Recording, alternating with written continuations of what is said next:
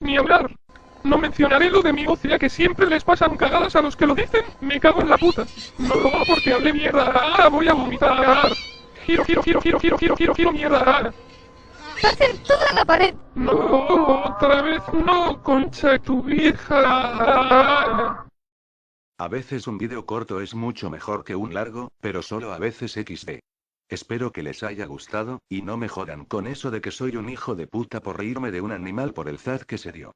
Es solamente una parodia para que ustedes se diviertan, así que no me jodan, hijos de puta.